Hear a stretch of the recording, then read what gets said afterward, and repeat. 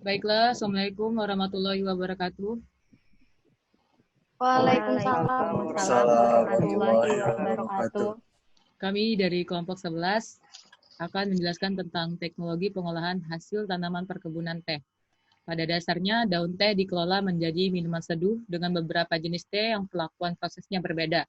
Ada teh hijau yang tidak difermentasi sampai teh hitam yang difermentasi penuh. Namun, kali ini kami akan membahas teknologi modifikasi dari daun teh tersebut untuk memberi nilai tambah, mengatasi masalah, bahkan meningkatkan efisiensi proses pengolahan. Produk yang kami gunakan adalah matcha yang akan dijelaskan oleh Saudari Helba Handayani.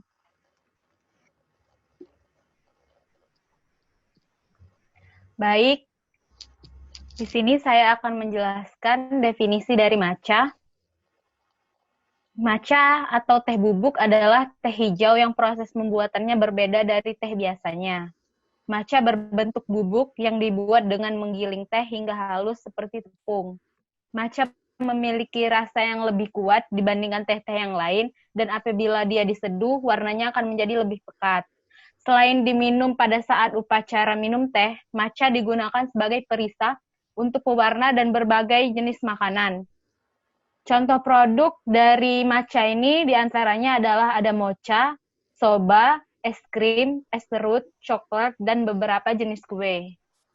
Lanjut, proses selanjutnya adalah pemetikan teh di perkebunan teh yang akan dijelaskan oleh Saudara Dani.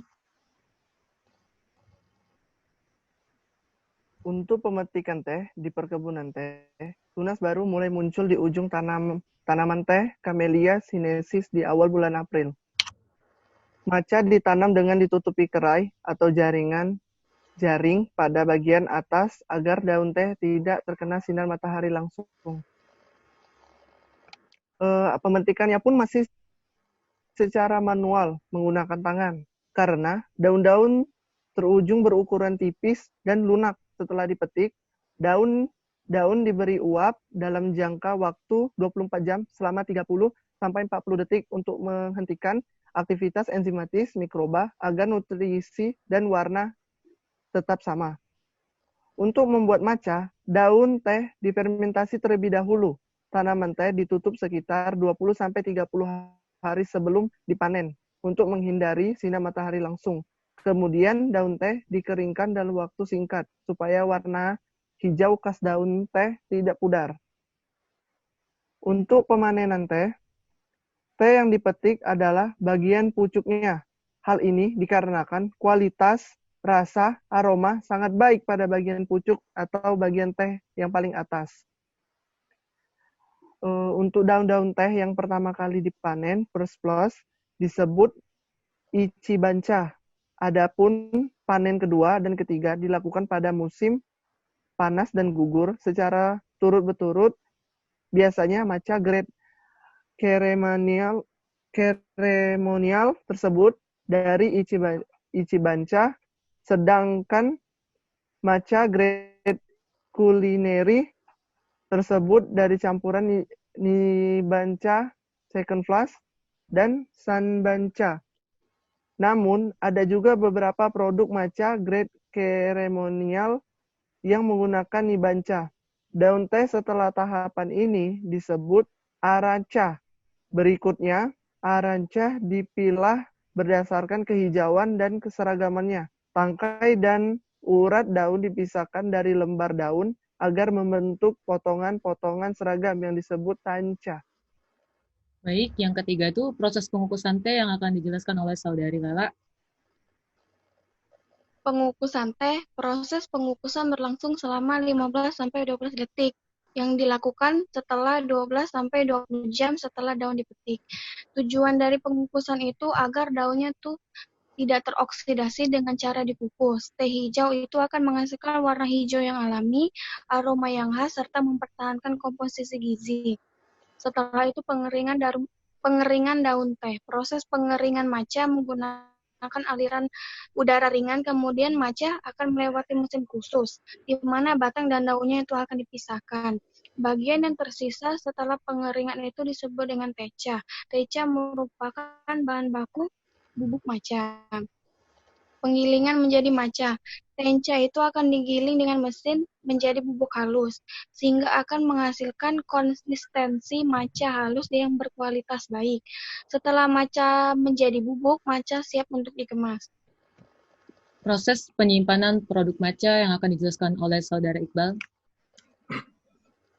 Baiklah, di sini saya akan menjelaskan proses penyimpanan produk matcha. Yang pertama ialah hindari dari sinar matahari. Teh hijau sangat mudah rusak oleh panas dan menyebabkan kehilangan warna saat kualitasnya menurun. Kedua, cara penyimpanan yang baik ialah simpan matcha dalam lemari es dengan keadaan kemasan tertutup rapat, agar suhu tetap terjaga dan tidak menyebabkan kadar air meningkat yang akan menyebabkan bubuk itu menggumpal.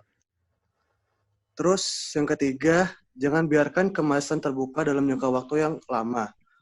Matcha harus cepat dikonsumsi agar tidak terjadi penguapan yang menyebabkan warna, rasa, dan aromanya berubah. Untuk matcha yang sudah dibuka, kualitasnya masih baik jika tidak lebih dari 6-8 minggu setelah dibuka. Baiklah, saya di sini akan menjelaskan matcha versus teh hijau. Di sini mungkin kalian akan banyak bertanya, apa bedanya matcha dengan teh hijau? Keduanya ini tidak ada beda, berasal dari tanaman yang sama, namun yang membedakannya itu dari proses penanamannya dan juga proses pengolahannya. Pembuatan matcha memang sengaja dibuat berbeda. Tanaman teh ditutup sekitar 20-30 hari sebelum dipanen untuk menghindari matahari langsung. Akibatnya, daun teh berwarna lebih gelap daripada teh lain dan dapat meningkatkan produksi asam amino dikarenakan banyaknya klorofil yang ada pada daun gelap.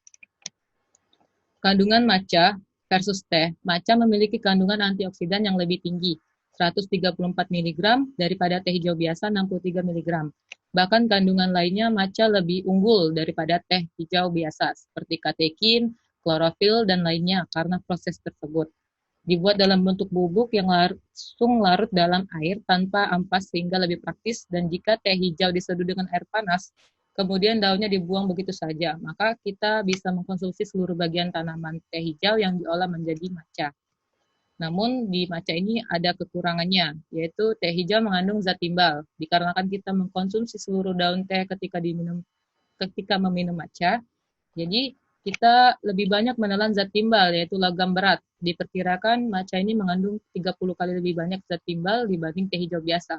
Cukup dibatasi mengkonsumsinya, namun jangan juga tidak dikonsumsi, melihat manfaatnya lebih banyak dibandingkan teh hijau biasa. Baiklah, itu saja penjelasan dari kelompok 11. Terima kasih atas perhatiannya. Apakah ada yang ingin bertanya? Terima kasih. Wassalamualaikum warahmatullahi wabarakatuh.